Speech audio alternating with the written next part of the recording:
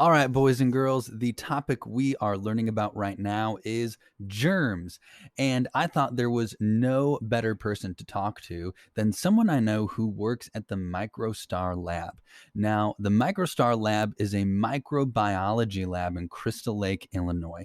And I had the chance to sit down and talk to two people who work there.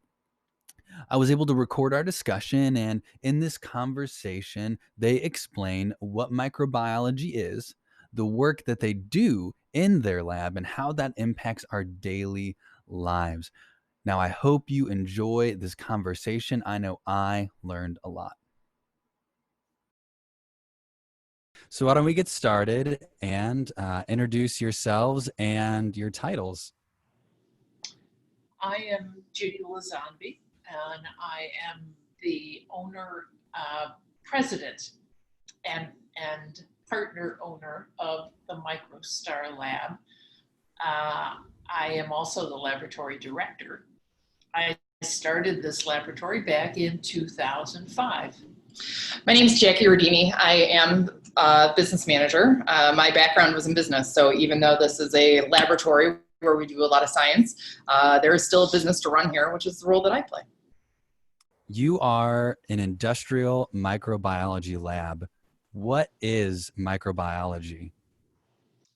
Microbiology is a biological science of very small things, whether it's bacteria or fungus or viruses. Those are all categorized under microbiology. You said earlier that you never planned on being a microbiologist. So then, how did you end up becoming a microbiologist? How did you end up in the STEM field? Well, I always liked the sciences, um, and I can attribute that probably to the teachers that I had. I had excellent science teachers, and when you have a good teacher teaching you an interesting subject, you naturally delve into it a little further. So I knew I wanted to be in the sciences. At your lab that you run now, you run fungus and bacteriological challenge tests. What are fungus and bacteria? What is the challenge test of those? What does that look like? So we take the fungus spores, specific fungus spores that they're worried about, and we put them onto their materials and we incubate them under the right conditions for them to grow. And then we look at them every week for 4 weeks and we see where they're growing, if that type of thing. And so the challenge is the fungus spores onto the material that the manufacturer wants to sell and say, oh, we are fungus resistant. Hmm. The bacterial resistance testing is more for, again, you're incorporating a chemical or chemistry into, this time it's a fabric. Uh, Started with the fact that athletes don't want uh, their workout clothes to stink after wearing them. And it's the bacteria that cause them to stink when there's no antibacteria additive in the fabric. Um, and putting an antibacterial additive in a fabric is not an easy thing to do. Um, the chemistry just doesn't want to adhere to things. And if first time you wash your clothes, you don't want to wash out that additive. It's got to adhere. So we will take the fabric that's been treated, and sometimes it's treated and washed, and then sometimes it's treated and washed repeatedly. Hmm. And we add a bacterial suspension to the surface of them. And after a certain period of time, we take the sample and we then try and remove the bacteria from it. And if the bacteria are still alive and able to cause stink problems, we count them and tell them how many what kind of percentage they were able to kill. Yeah, that's good. I wanted to touch on that because bacteria, I mean, you said that could produce stink. So that's obviously something that's not good. We want to prevent our clothes and the materials that we deal with every day, whether they're on our bodies or on our furniture or the things we're dealing with. We don't want those to stink because of the bacteria. But what about something like mold? Why do we not want that to spread? Well, mold can also cause you some health problems. People are allergic to mold, some of them. But when mold grows, it generally changes the surface that it's growing on because it's using the surface for its food. And when things grow and eat food, they have waste products. And those waste products can then start to break down the material that they're growing on, giving the fungus more access to more food, but also destroying the surface that it's on.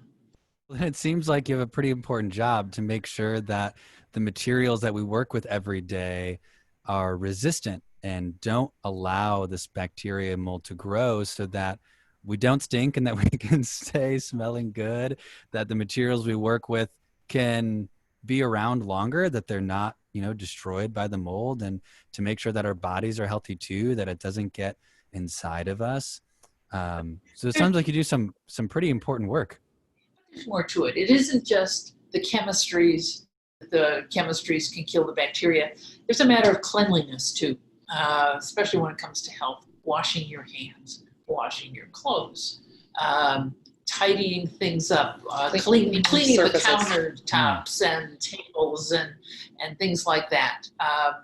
There's a level of cleanliness that goes along with keeping control of bacteria and fungus that people can do in their everyday lives. Okay, I just have a few concluding questions for each of you. In your work, and I just talked about this with my students today. We talked about failure and how it can be an acronym for your first attempt in learning. So what is a mistake that you've made, and what did you learn from it? Well, I don't know if it's a mistake or not, but I never intended to be a microbiologist. That wasn't what really caught my interest in my last year of school. As a medical technologist, you spend 12 months in a hospital laboratory rotating from department to department to department to learn all the testing. And one of the departments was microbiology. And the woman who was teaching microbiology insisted that we all memorize chemical reactions for all the different bacteria that would help to identify one from another. And I really didn't like that part of the training. And when I went to my first job, I said to my boss, I'd be more than happy to work any department you want me to, except microbiology. And he said, oh, that's fine. And 6 months after I was there, the girl who was working microbiology left. And they turned to me and said, you are the one who has been most recently educated in microbiology, so you get to do microbiology. And I thought, oh no, this is not going to be good. And I found that I could do it differently and better to suit my brain, because you don't have to memorize reactions, you just have to know where to look them up and where to move forward with processing your samples and how you do this and how you do that and how you communicate with people. All of that was wide open for me to work on, and I found that I really, really liked the science that was connected to it.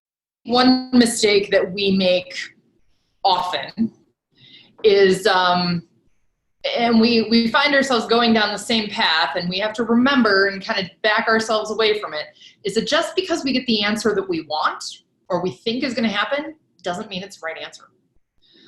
So we have to make sure that we always follow the data and not make assumptions about what we think is going to happen with a product.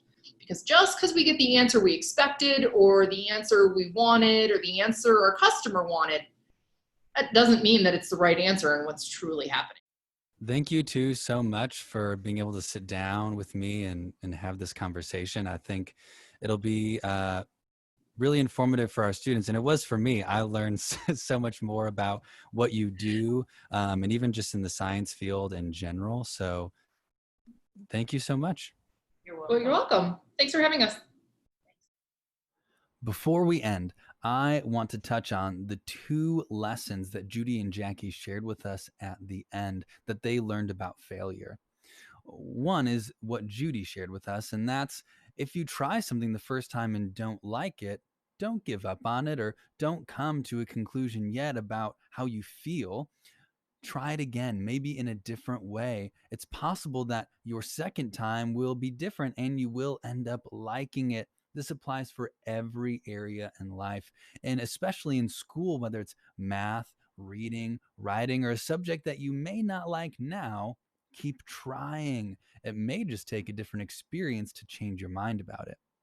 The second thing is what Jackie shared, and that's if we get a result that we would like or that we were expecting, be careful. Make sure you're collecting all of the evidence before you come to a conclusion. Well, I hope you found this interview informative and enjoyable, and I'm looking forward to sharing more of these conversations with you in the future.